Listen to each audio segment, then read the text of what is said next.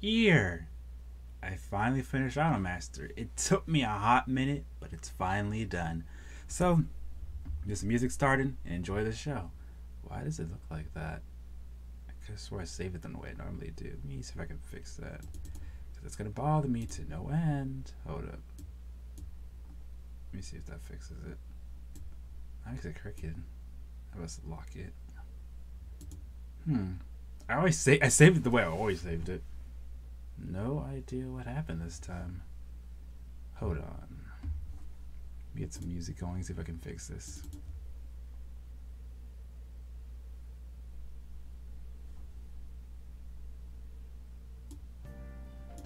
Oh, there we go. So I was been supposed to finish Idolm ster, but it was a one series I kept putting it off. Not because I didn't enjoy it, I just felt like that's what I had to do, bruh. Best way to describe it, it probably is the best idol show I've seen in my entire life. It's up there with the original Love Live, and I love the original Love Live. So here's the reason why I took my baby time with it. I love. Hold up. I love. That was just OST. What the hell's going on? Hold up. Let me try a different one. Alright, there we go. Yeah, I love the original Love Live because it made me love the genre and it really showed me the beauty of idols. So I was sitting here like, yeah, I love Love Live and it's gonna be my standard for idol anime. If it's not Love Live material, I don't really want to watch it. And for a long time I heard about Idolm ster, but I never actually watched it. Like I had it on my queue for like months and I watched it piece by piece. And then when Winter Break finally settled down, I said, I'm gonna actually finish it. And I finished everything else in my backlog. And I finally got to it. And when I got to it, bruh, it was hitting on every single possible level. Because what I like about Idolm ster is pretty much what you would want from an idol anime, but more. So you have a lot of girls in the show, like 13. They all have their own personalities, their own quirks, all that stuff. And you're seeing their journey of them becoming their ideal idol. Because the way it starts off, it's like all of them have like an issue or something that they want to do, or they run into some problem, and the producer, which is supposed to be like the player, because I think it's based on a video game, the producer is supposed to be like the protagonist. He just helps the girls with whatever problems they have. But the way it's written, he's not really that interesting. He's just a regular guy. So that's how it works.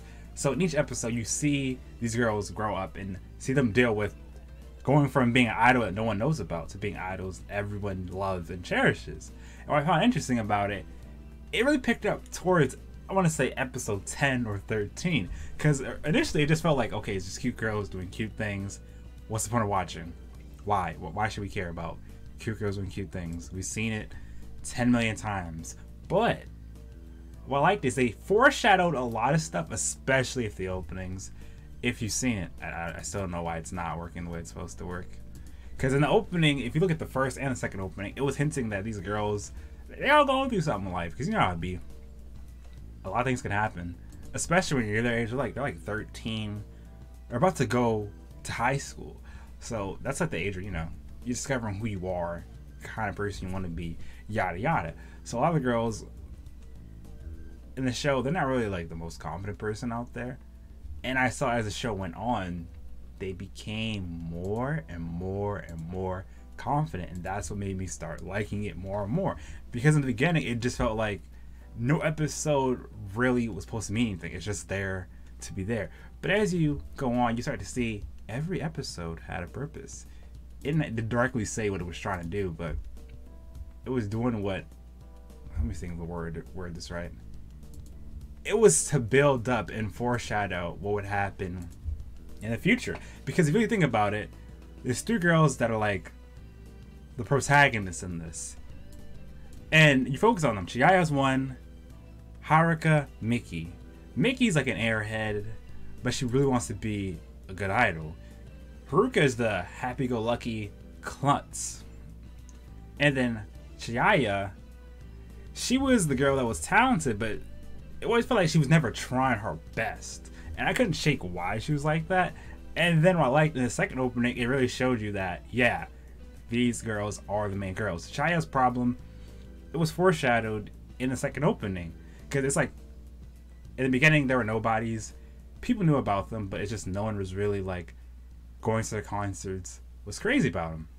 Second half of the show, everyone was crazy about him. Everyone started caring about him. And I realized that being an idol was amazing, but it comes with payoffs and compromise. So one guy was targeting their whole group because he was jealous, because turns out their producer and a rival president, was jealous of the producer. And the current president, because he used to be rivals back in the day, and he wants to say that 765 are trash. They're not going to make good idols because the president's methods are stupid. And to prove that point, he went as far as doing something like sabotaging them every opportunity. The boy idol group at the time, working for this rival president, they call him like Kiro. He was always trying to deny the facts and say, it doesn't matter what I do, guys. Just do what you're told. Perform. And we're all good. I don't care if I'm a good person or not. I make top star idols. And no one can deny these facts. And he was just really about his stuff. So several times in the show, he would purposely set up Studio 765 to look bad or look like they're trash when they're really not that bad. So that was like a running gag for a little bit. And then over time, it got better. And they finally proved to everybody that they really can be amazing idols. And that's what I liked about it so much. It was really like a story where I felt like everything came together beautifully. It didn't feel forced. It didn't feel like things happened out of nowhere. Everything had some development to it. It wasn't just like, oh, these characters are here and that's who they are. Even the girls that didn't get along in the group, they over time became friends. It was interesting because they even hinted that at the end of the day, these girls don't actually hate each other. It's just some of their personalities aren't meant to get along. Plain and simple. And what I also liked about it, as time went on, I really started to see why it could be hard being an idol.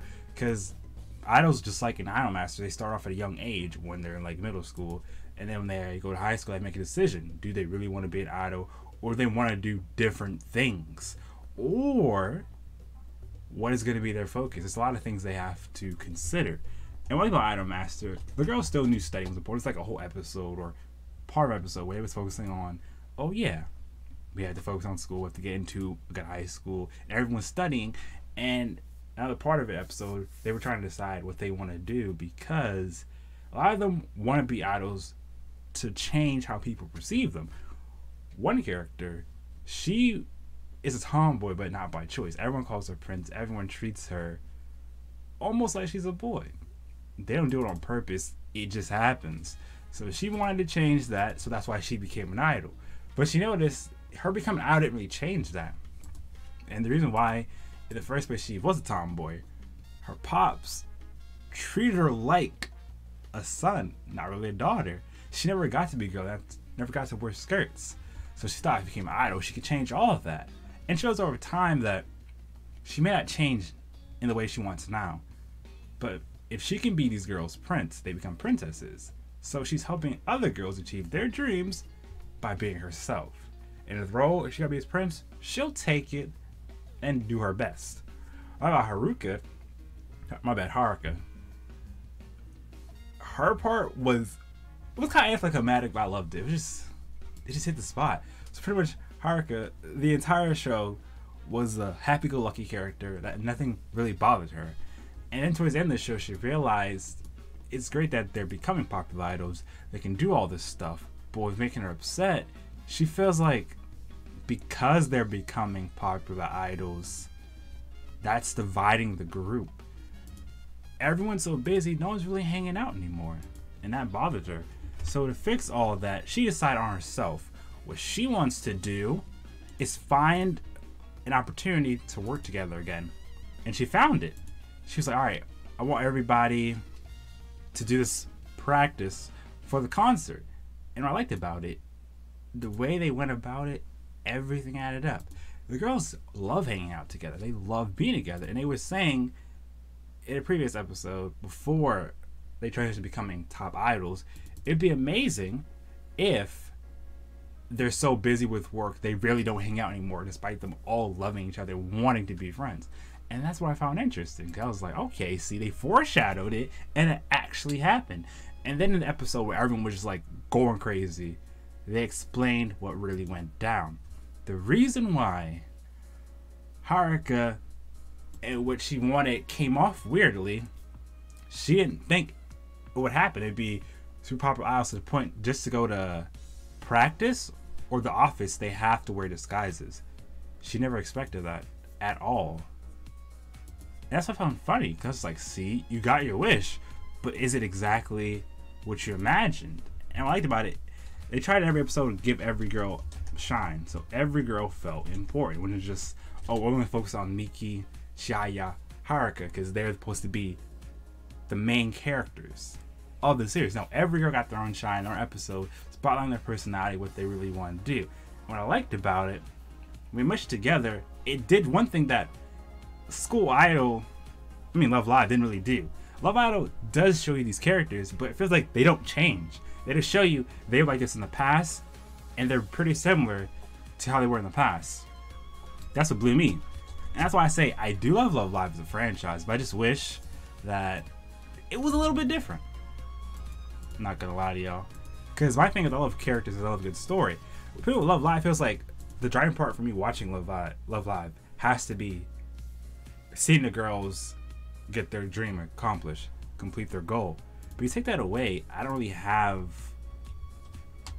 that much interest in Love Live as a franchise. I mean, I love the girls themselves, but take that away, anybody really care about the franchise like that? But like with Idol ster, it made me care about all the girls, despite all of them not being my ideal image of said idols. You had a clumsy girl, you had a girl where she knew what to do, but she just said things differently. This had a lot going on, bruh. That's why I loved it so much. And I'm happy I took my time with it. Because what kept happening, I would start it, and then I would never finish it. Or I watch an episode, and I would just watch other stuff. Like pause it and come back to it. Oh my goodness, bruh. I don't want no copyright strikes, so that's why I'm like kind of careful with the music today. Hold on, let me see. Oh, there we go. So yes, I really do love a series where it's like they can do both. Give me a cool setting and then give me characters to care about. So that way, with a story not hitting the way it's supposed to be, I still want to see what happens next.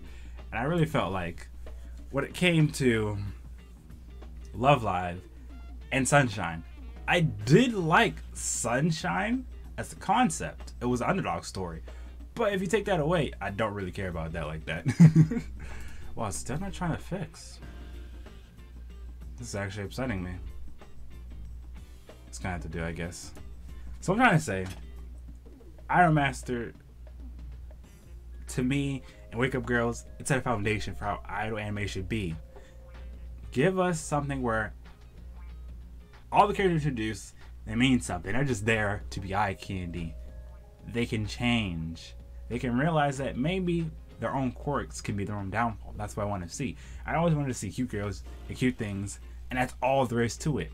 And Wake Up Girls also prove that you can have a lot of characters, and you can have them change over time or focus on one character and see their growth. So I don't get why other shows make it seem like it's either they're cute girls or nothing else. I don't like that. So the reason why I liked Idol ster, my baby time with it, I didn't want to rush through it and not appreciate it for what it is. It's truly a masterpiece because it did a lot of things. It gave a good story. It had good pacing. It had the best transitions I've seen from any idol anime. If you watch it, everything works together. It knows when to transition. It knows when to show you a character being emotional. It knows when to show you the other characters. It knew how to make everything felt like you were watching a really put together documentary. I'm only pausing because this is like, it really was hitting, bro. I'm not gonna lie to y'all. It was hitting. And what I liked about it, every single time I said, oh, they can't top next episode, they top it each and every time. Normally for me, it's hard to watch anything that's like 24 episodes because that's a lot of episodes. Usually I'll start it and I pause it and I come back and forth. But every time I actually sat down and really thought about what happened in the Idolm ster episode, I wanted the next one and the next one. It does what good storytelling does. It holds you and you never ever wanted to let go. Hold up. So here's my rating for Idolm ster. It's a solid A. I don't really see much problems with it. The only thing I could really say that could be annoying is how the producer felt like he was supposed to be a character, but he wasn't really a character. He was just there to be there.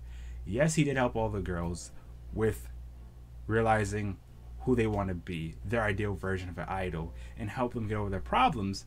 But whatever the producer did, anyone else could have done this show. It could have been Rico-san, the other girl that was in the office. Anybody else can do what the producer did, even the president.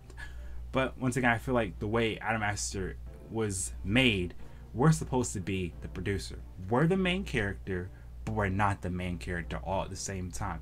We help see the girls develop, and we're there to witness the growth, but we're not going to be the main thing that makes them who they are. We're just there for the ride. That's what I got from it. And that's Idolm ster nutshell. It's an interesting journey. A lot of crazy stuff going on, and I cannot wait to actually start Cinderella Girls because the trailer is amazing. And I finally get to see why, in Japan, Idolm ster is ranked higher than Love Live. Love Live's biggest appeal is the music and the cute girls. Take that away. Love Live is just another amazing fan art. Just to me.